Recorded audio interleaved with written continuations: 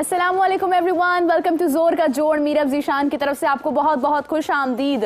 नाजरीन, यकीनन आपको मुझे देखकर भी महसूस हो रहा होगा कि आज मैं कुछ एक अलग अंदाज से थोड़ा एनर्जेटिक फील कर रही हूँ, क्योंकि कल का मैच जो है वो बहुत मज़ेदार था। वैसे तो लास्ट मोमेंट पर उम्मीद की जा रही थी कि शायद लाहौर कलंदर्स जो है वो मैच जीत जाएंगे, लेकिन एक्सपीरियंस जो है वो हमेशा काम आ रहा था। शोएब मलिक ने एक ही चौका मारा और नाज़रीन जो है वो मैच जो है वो अपने हाथ में कर लिया। शान मसूद के चेहरे पर जो एक नाउमीदी नजर आ रही थी, वो नाउमीदी एकदम से खुशी में बदल गई और वो उठ खड़े हुए और उन्होंने मैच जो है उसकी खुशी का इजहार किया, मैच जीतने का। नाज़रीन दूसरी जानिब बात फराना मौजूद थे, उन्होंने बहुत ही मोहब्बत से जो है वो सारा इजहार किया। कोई नाउमीदी चेहरे पर नहीं थी, खुश थे। खुश ही होना चाहिए, क्योंकि लाहौर के नजर वैसे तो इतने मैचेस हार ही गए हैं, अब एक और मैच भी हार गए हैं। आज के मैच की बात की जाए तो नाज़रीन मुल्तान सुल्तान्स ने अच्छे खासे रन्स का हदफ दिया है इस्लामाबाद यूनाइटेड को। 229 के करीब रन्स हैं और इस्लामाबाद यूनाइटेड ने देखना है अब कि वो रन्स कैसे पूरा करते हैं, क्या करते हैं, क्या स्ट्रैटेजी अपनाते हैं। दूसरी तरफ नाजरीन क्वेटा ग्लेडिएटर्स भी होंगे आज। नाजरीन देखना यह है कि मैच किसके हक में होता है, पॉइंट्स टेबल के एतबार से कौन सी टीम जो है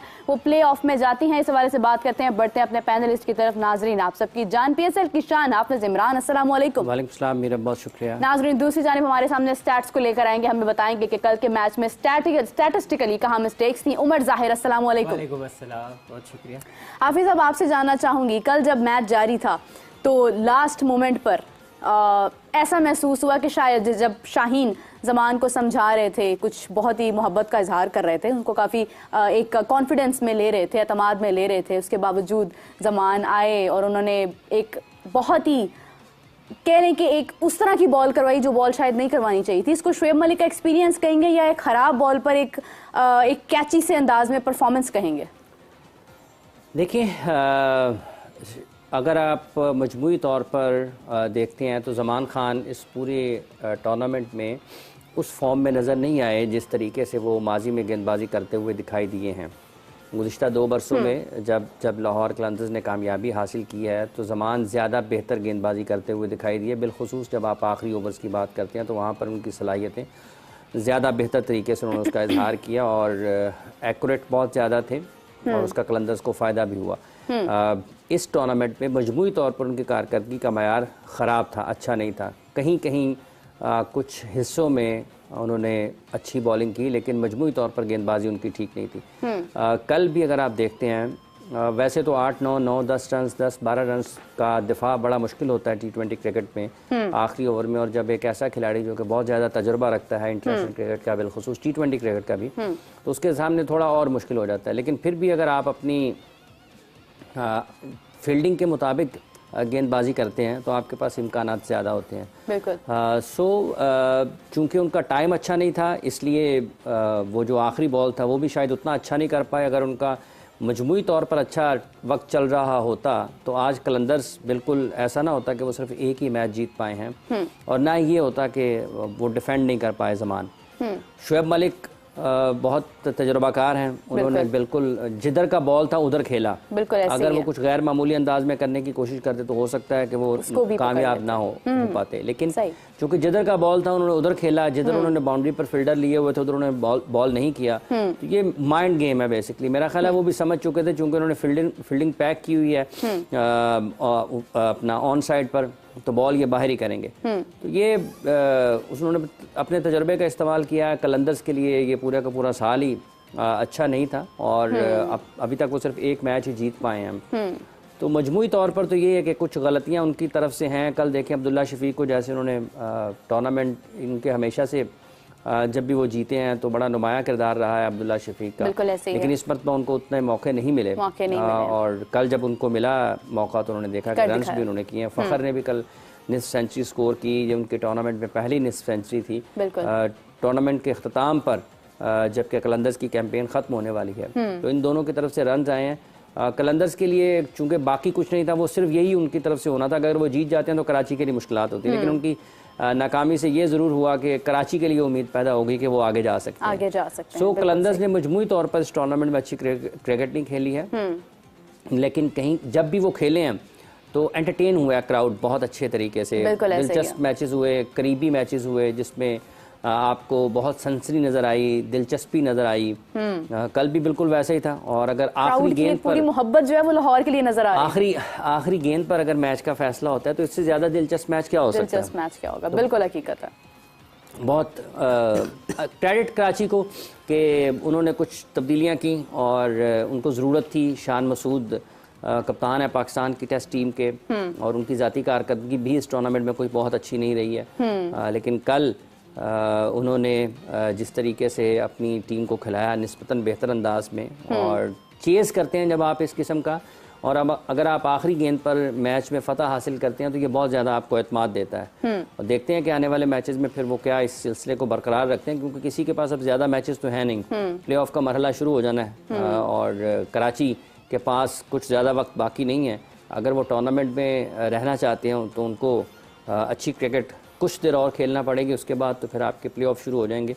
लेकिन इज्तिमाई तौर पर अगर आप देखते हैं तो लाहौर कलंदर्स और कराची ने उतनी ज़्यादा अच्छी क्रिकेट नहीं खेली है जितनी उनको खेलनी चाहिए थी। कराची के कॉम्बिनेशन के तो आपको मसाइल नज़र आ सकते हैं, लेकिन लाहौर ने अवेलेबल जो थे खिलाड़ी, जो दस्तियाब प्लेयर्स थे, उनका भी मेरा ख्याल है बेहतर तरीके से इस्तेमाल नहीं किया। कराची के और मसाइल हैं, वो अच्छे कॉम्बिनेशन की तलाश में रहे, लेकिन लाहौर तो बना सकता था। लाहौर ने क्यों नहीं किया? ये जब अब टूर्नामेंट ख़त्म होगा वो बोलेंगे, मुख्तलिफ चीज़ें सामने आएंगी, तो उस वक्त देखा जाएगा कि आखिर गलती उनकी तरफ से कहाँ पर हुई है, कि क्यों जहांदाद खान को ज़्यादा मौके मिले, क्यों अहसन भट्टी को ज़्यादा मौके मिले, क्यों सिकंदर और दूसरा उनके साथ शाय होप थे, उनका बेहतर इस्तेमाल नहीं हुआ, क्यों उनके बाद खेलते रहे। तो ये सारी चीज़ें पोस्ट टूर्नामेंट जब होगा तो इसके ऊपर बातें होंगी यकीनी तौर पर। बिल्कुल ऐसे ही। हाफिज साहब, अब्दुल्ला को लेट कम मौके देना, फिर साहिबजादा फरहान को रेस्ट करवाना, इन दोनों बातों में अगर डिसीजंस की बात की जाए तो आपको लगता है कि शाहीन कैप्टेंसी के एतबार से सही डिसीजंस ले पा रहे हैं थ्रू आउट द टूर्नामेंट? देखिए, बात यह है कि जब आप लीग क्रिकेट में जाते हैं बहुत सारी चीज़ें किसी और तरीके से ऑपरेट होती हैं। पाकिस्तान की टीम में जब आप खेलते हैं तो चीज़ें और तरीके से ऑपरेट होती हैं।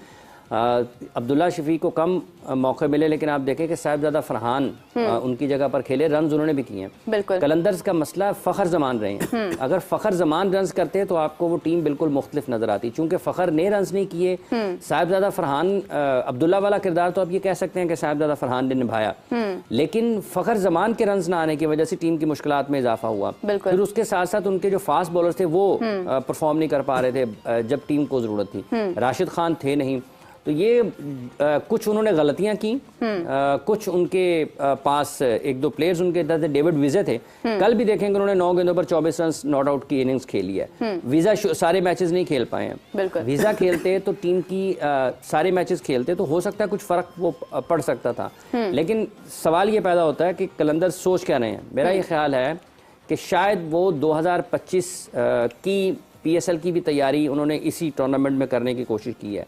जैसे जहांदाद खान को मौके मिले हैं, जैसे गुलाम अब्बास को मौके मिले हैं, और जैसे अहसन भट्टी को मौके मिले हैं, मेरा ख्याल है कि ये उन्होंने 2025 को भी सामने रखा है। लेकिन आप ज़रूर रखें, लेकिन जिस टूर्नामेंट में खेल रहे हैं उसकी भी कुछ तकाज़े हैं, उसकी भी कुछ ज़रूरतें हैं, तो उसको भी मद्देनज़र रखना चाहिए था। बहरहाल उनके लिए टूर्नामेंट ख़त्म है। वो तो छठा मैच हारने के बाद ही हो गया था, क्योंकि वो आगे तो नहीं जा सकते। बिल्कुल ऐसे ही है। अब देखना ये है कि वो बाउंस बैक जो है नेक्स्ट ईयर कैसे करते हैं, किस हिकमत अमली के साथ आते हैं, जब वो रिटेन करने के लिए आएंगे प्लेयर्स को तो किन खिलाड़ियों को करते हैं। जो अगर आपने अब्दुल्ला का जिक्र किया है, अब्दुल्ला और वसीम अकरम साहब खासी खबरों में कल उनसे सवाल भी हुआ अब्दुल्ला शफीक की कि कैच जब उन्होंने पकड़ा तो उन्होंने एक खामोशी का इशारा किया था। तो वो किसको किया था? चूँकि वसीम अकरम साहब ने तनकीद की है उनकी फील्डिंग के ऊपर कि कैच ड्रॉप हुए हैं, कैच ड्रॉप हुए भी हैं। मेरा ख्याल सबसे ज़्यादा कैचेस जो हैं वो लाहौर ने ड्रॉप किए हैं। सबसे कम मेरा ख्याल इस्लामाबाद या पेशावर हैं जिन्होंने सिर्फ एक कैच ड्रॉप किया है। अब कल एक कैच था जो रिव्यू पे जाने के बाद समझ आई कि नहीं वो नहीं था, फ़खर ने जो किया था। बिल्कुल। तो वसीम उन्होंने जवाब दिया है वसीम अकरम साहब का भी, और ठीक है, मेरा ख्याल जैसे उन्होंने जवाब दिया है वो भी वसीम अकरम साहब को पसंद नहीं आएगा, क्योंकि उन्होंने कुछ इस अंदाज से उसका जवाब दिया है। सो ये फॉर्मर क्रिकेटर्स हैं।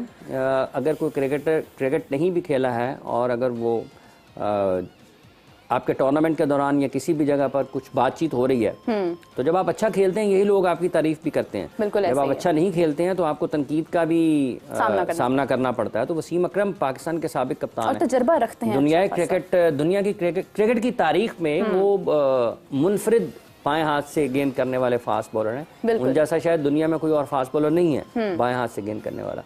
और पाकिस्तान का उन्होंने जब खेले हैं नाम रोशन किया है। ठीक है, जब आप यही लोग हैं, जब आप बहुत अच्छा खेलेंगे तो आपकी टेक्निकल साइड को बड़े अच्छे तरीके से बयान भी करेंगे। जब आप नहीं खेलेंगे तो फिर आपको ये भी सुनना पड़ेगा। तो आप इशारा करें या ना करें, अगर आपने उनको किया तो बता देते हैं जी मैंने उनको कहा तो चुप रहो जी।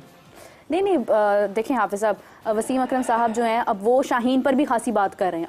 आज कल भी उन्होंने ये कहा कि शाहीन का जो एक जिस अंदाज से वो बॉल कर रहे हैं उन्हें उससे डिफरेंट अंदाज में बॉल करने की ज़रूरत है, क्योंकि उनकी वो टेक्निक सामने वाला समझ चुका है। आगे वर्ल्ड कप है, देखिए दो चीज़ें हैं मीरब। एक तो जब आप नया गेंद करते हैं उस वक्त सूरत हाल मुख्तलिफ होती है, लेकिन जब आप पुराने गेंद के साथ आते हैं और आप सिर्फ ये करें कि सिर्फ आपने आगे बॉल करना है। सलमान इरशाद का भी ये मसला रहा। कल मेरा ख्याल है लाहौर को भी ऐसे बाउंड्रीज हुई हैं आखिर में ना, जब शोएब मलिक ने और न्याजी ने रन्स किए हैं तो वो बिल्कुल बैट्समैन पहले ही समझ चुका था कि ये मुझे आगे बॉल करेंगे। और बॉल किस अंदाज से होगी तो वो समझ चुके थे उसको। और फिर आपको जब आप प्रेडिक्टेबल हो जाते हैं तो रन्स करना आसान होते हैं। भले आप बैट्समैन हैं, भले आप बॉलर हैं, अगर बॉलर को ये पता चल जाएगा ना कि इसकी फलां जगह पर खामी है तो फिर वो आपको हर वक्त वहीं पे पकड़ने की कोशिश करेगा और कामयाब भी होगा। इसी तरीके से जब बॉलर के बारे में बैट्समैन को अंदाजा हो जाएगा ना कि इसने अगला बॉल क्या करना है तो उसको रन्स बनाने में आसानी हो जाएगी। और अगर बॉलर वही बॉल करता है जो बैट्समैन सोच रहा है तो वो तो इसका मतलब ये कि अहेड है ना बॉलर से, उसके लिए आसानी होगी।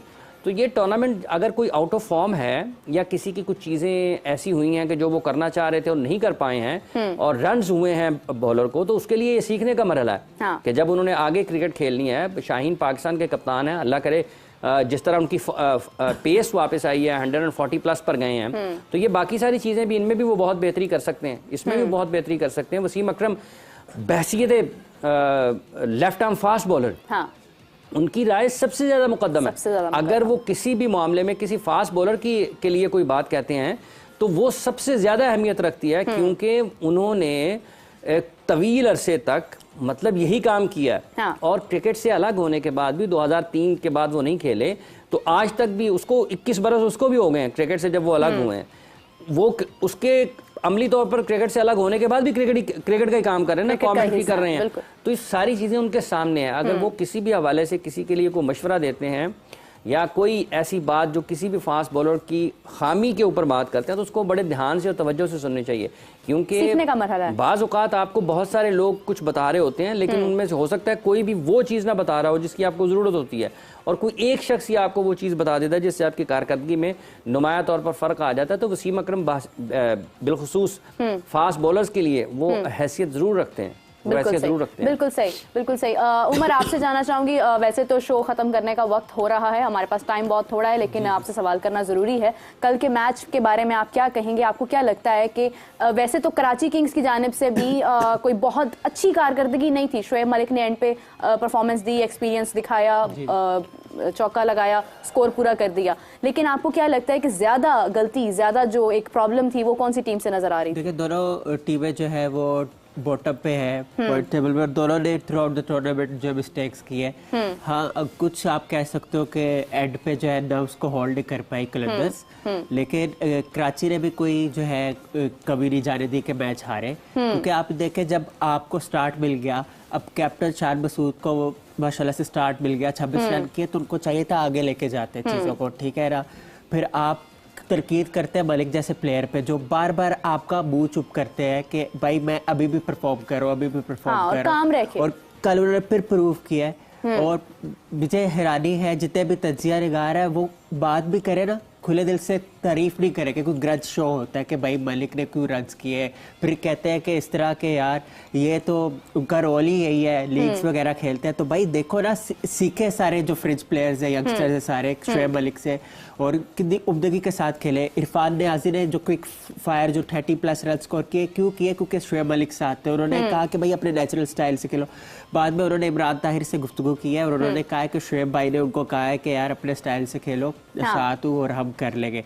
तो यही बात होती है। और वेटरन का रोल यहाँ से आइडेंटिफाई हुआ है कि भाई आप चाहे नेशनल टीम में कोई ना कोई वेटरन होना चाहिए। मैं ये नहीं कह रहा कि यार सारे बाबे खिलाए जाओ, लेकिन कोई तो हो रहा जो लेके चले ऑन बोर्ड। ये रवायत खत्म होनी चाहिए। ये चलते आ रहे भाई ये एज हो गई है, एज हो गई है, क्या है ये चीज? नहीं, लेकिन फिटनेस तो उनकी अभी भी सबसे ज्यादा है। प्रूफ कर रहे हैं ना, वो मेहनत कर रहे हैं, तो उसका समर 550 से ज्यादा उन्होंने T20 खेले हुए हैं। क्यों पूरी दुनिया में उनकी मांग है? क्योंकि फिटनेस है और स्किल्स है, स्ट्राइक रेट अच्छा है, सब कुछ बेहतरीन है। नहीं, और कल वही थे जिन्होंने उस बॉल का फायदा भरपूर अंदाज से उठाते हुए मैच जो है वो जिता दिया। नाज़रीन, आपसे कुछ ही देर बाद मुलाकात करेंगे। उस वक्त हम लोग टॉस के बारे में बात करेंगे, नेक्स्ट मैच की। अभी मैच जारी है मुल्तान सुल्तान्स और इस्लामाबाद यूनाइटेड के दरमियान में। इस्लामाबाद यूनाइटेड जो है वो खेल रहे हैं दूसरी इनिंग्स, और देखना यह है कि क्या वो स्कोर चेस कर पाते हैं या नहीं। और उसके बाद नाज़रीन मैच होगा दोबारा से लाहौर कलंदर्स का और क्वेटा ग्लेडिएटर्स का। क्वेटा ग्लेडिएटर्स यकीनन एक मुश्किल टीम है, और लाहौर कलंदर्स कल की शिकस्त के बाद कितना कॉन्फिडेंटली दोबारा मैदान में उतरते हैं, ये सब बातें हम डिस्कस करेंगे आपसे कुछ ही देर बाद। हमें ज्वाइन कीजिएगा, तब तक के लिए हाफिज साहब आपका, उमर आपका बहुत शुक्रिया। मुझे इजाजत दीजिए, अल्लाह हाफिज।